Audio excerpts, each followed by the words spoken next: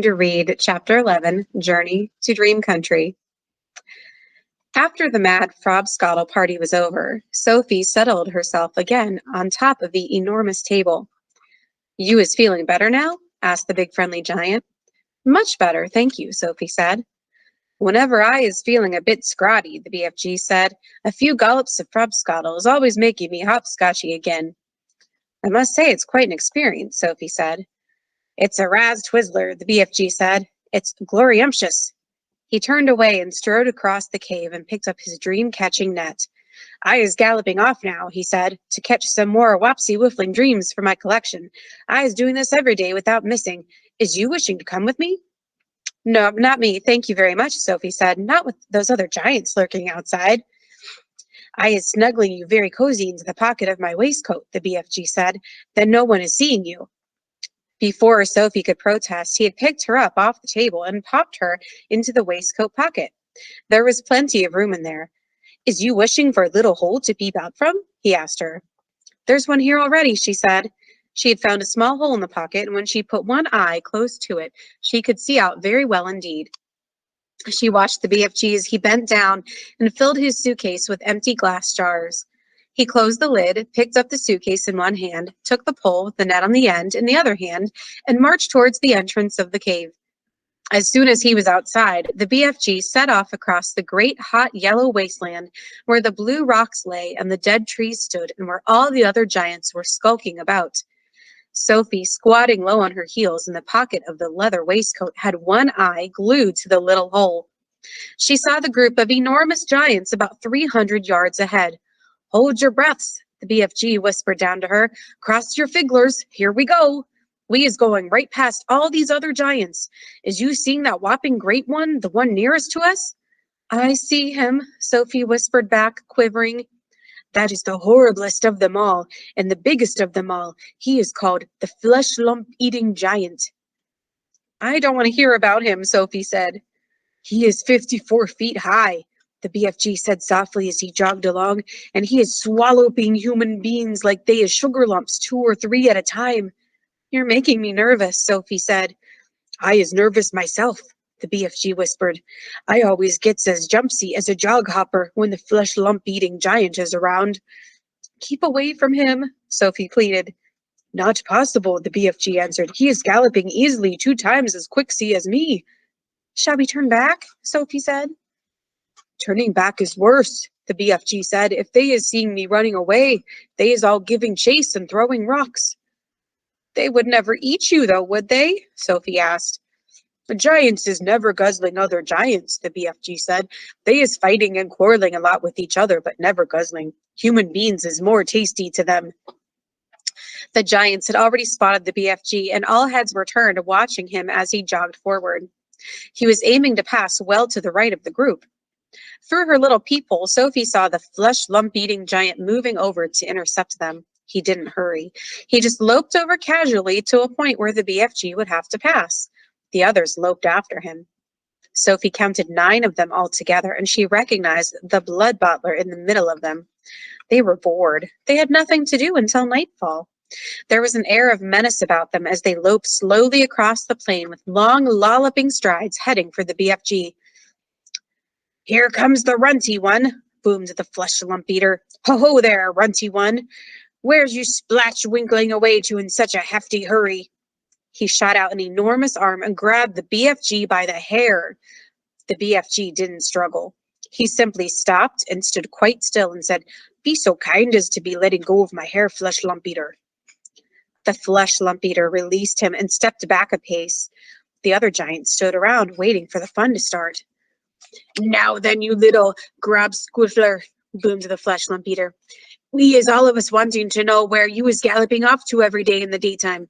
Nobody ought to be galloping off to anywhere until it is getting dark. The human beings could easily be spotting you and starting a giant hunt, and we is not wanting that to happen, is we not?" "We is not," shouted the other giants. "Go back to your cave, runty one." "I is not galloping to any human being country," the BFG said. "I is going to other places." "I is thinking," said the flesh lump eater, "that you is catching human beings and keeping them as pets." Right you is, cried the blood bottler. Just now I is hearing him chittering away to one of them in his cave. You is welcome to go and search my cave from frack to bunt, the BFG answered. You can go looking into every crook and nanny. There is no human beans or stringy beans or runner beans or jelly beans or any other beans in there. Sophie crouched still as a mouse inside the BFG's pocket. She hardly dared breathe. She was terrified she might sneeze.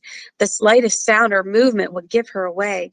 Through the tiny peephole, she watched the giants clustering around the poor BFG. How revolting they were!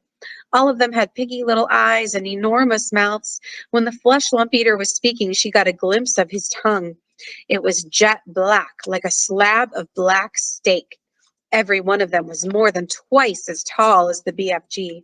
Suddenly, the flesh lump eater shot out two enormous hands and grabbed the BFG around the waist. He tossed him high in the air and shouted, "Catch him, manhugger!" The manhugger caught him. The other giants spread out quickly in a large circle, each giant about 20 yards from his neighbor, preparing for the game they were going to play. Now the manhugger threw the BFG high and far, shouting, "Catch him, Bone Cruncher!" The Bone Cruncher ran forward and caught the tumbling BFG and immediately swung him up again. "Catch him, Child Chewer!" he shouted. And so it went on. The giants were playing ball with the BFG, vying with each other to see who could throw him the highest. Sophie dug her nails into the sides of the pocket, trying to prevent herself from tumbling out when she was upside down. She felt as though she were in a barrel going over Niagara Falls. And all the time, there was the fearful danger that one of the giants would fail to catch the BFG and he would go crashing to the ground. "Catch him, Meat Dripper! Catch him, Gizzard Gulper! Catch him, Maid Smasher! Catch him, Blood Butler! Catch him! Catch him! Catch him!"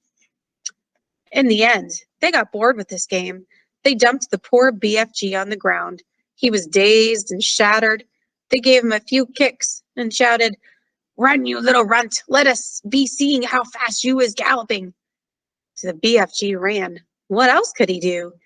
The giants picked up rocks and hurled them after him. He managed to dodge them.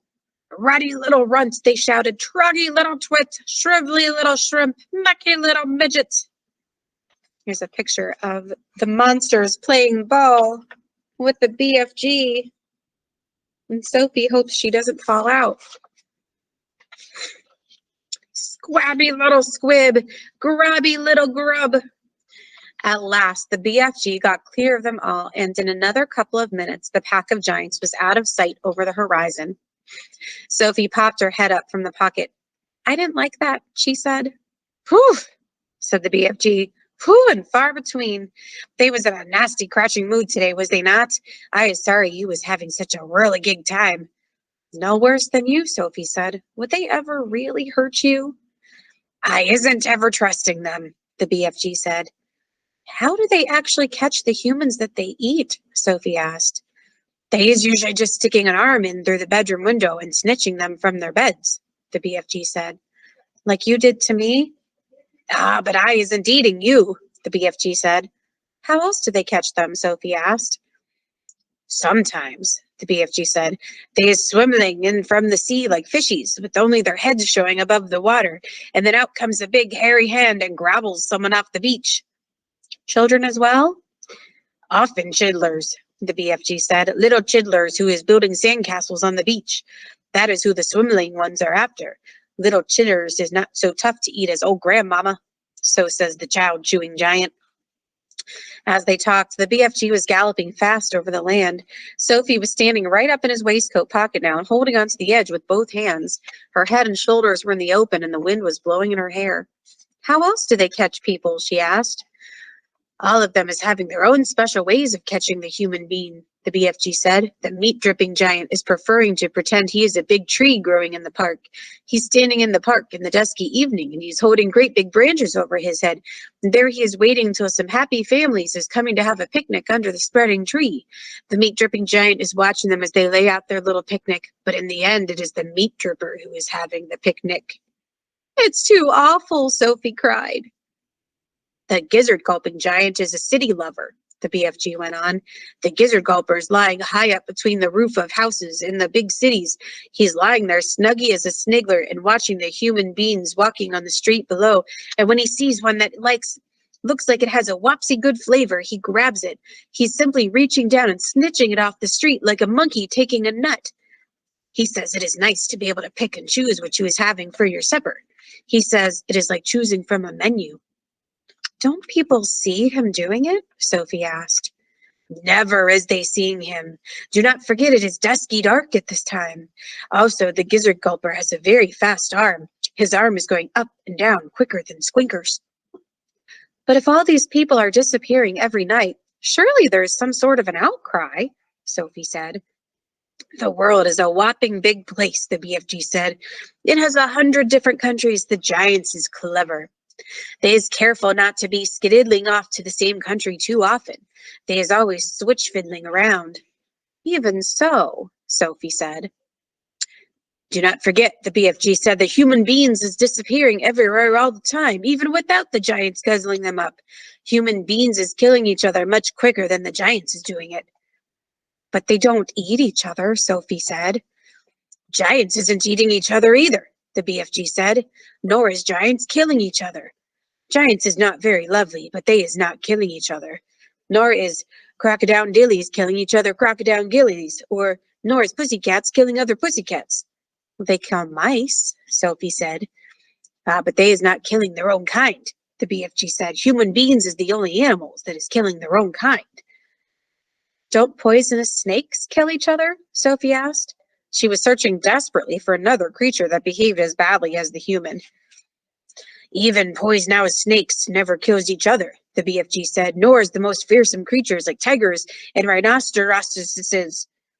None of them is ever killing their own kind. Has you ever thought about that? Sophie kept silent. I is not understanding human beings at all, the BFG said. You is a human being, and you is saying it is grizzling and horrigus for giants to be eating human beings. Right or left? Right, Sophie said. But human beings is squishing each other all the time, the BFG said. They is shooting guns and going up in aerial planes to drop their bombs on each other's heads every week. Human beings is always killing other human beings. He was right. Of course he was right, and Sophie knew he was right. She was beginning to wonder whether humans were actually any better than the giants. Even so, she said, defending her own race, I think it's rotten that those foul giants should go off every night to eat humans. Humans have never done them any harm. That is what the little piggy-wig is saying every day, the BFG answered. He's saying, I has never done any harm to the human being, so why should he be eating me? Oh dear, Sophie said.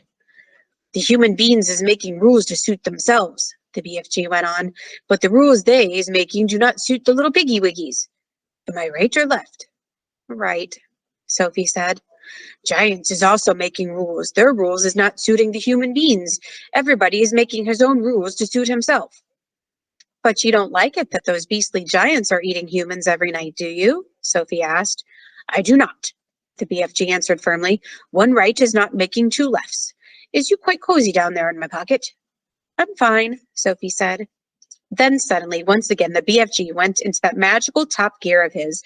He began hurling forward with phenomenal leaps. His speed was unbelievable. The landscape became blurred, and again Sophie had to duck down out of the whistling gale to save her head from being blown off her shoulders. She crouched in the pocket and listened to the wind screaming past.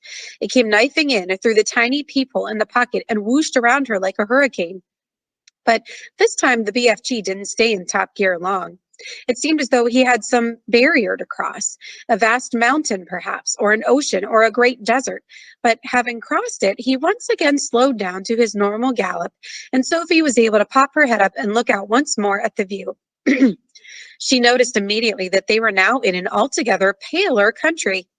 The sun had disappeared above a film of vapor. The air was becoming cooler every minute. The land was flat and treeless, and there seemed to be no color in it at all. Every minute, the mist became thicker.